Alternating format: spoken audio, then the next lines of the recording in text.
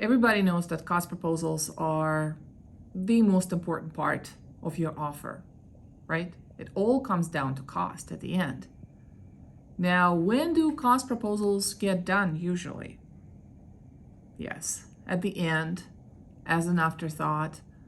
Why does that happen? Well, because I believe that a lot of companies think of cost proposals as more of an administrative sort of task where pricing is non-creative.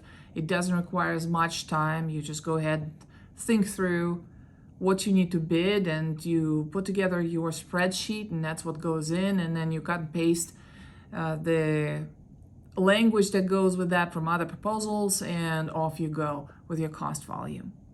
Now, that's really a flawed way of thinking, because you can do a lot in your cost proposals to convince the government that yours is the only realistic and reasonable pricing.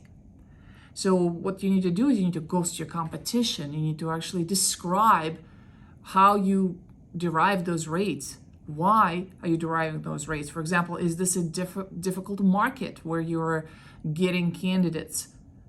Are you paying people for specific skills, unusual kinds of skills that the government really needs for this job? So essentially, there's lots that you can actually do with graphics, with text, with creative ways of explaining different concepts to your government customer. And in order for you to get there, you cannot do your cost proposal with, let's say, one green team.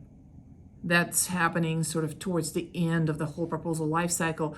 What you really want to do for the cost proposal is actually treat it like a piece of the narrative and follow the same life cycle as your technical proposal. So I really like to have a cost proposal pink team, a cost proposal red team, a cost proposal gold team.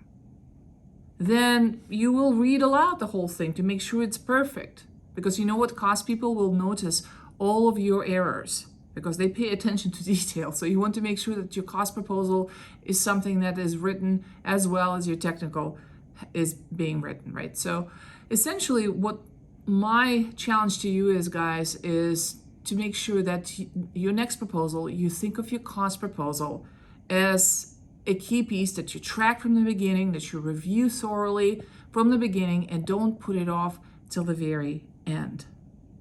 And if you need any help with cost proposals, we do that at OST Global Solutions, and we'll make sure that you start on time and finish on time, and you do a great job. Thank you.